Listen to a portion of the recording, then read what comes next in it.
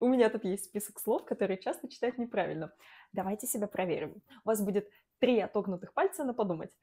Итак, первое слово receipt, не ресипт, receipt. И это, кстати, чек, который выдается после оплаты. А вот кулинарный рецепт — это recipe. Оно еще по-другому пишется даже.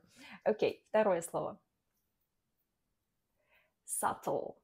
Subtle. Никакой B. Subtle. Окей, третье слово.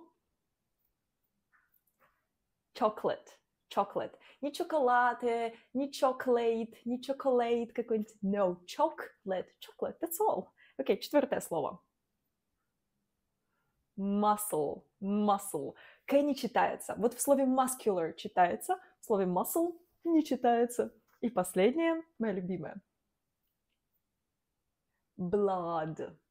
Flood. Почему-то мы привыкли, что 2 О — это О обязательно, но нет. А вообще подписывайся, пусть в твоей ленте английского будет больше.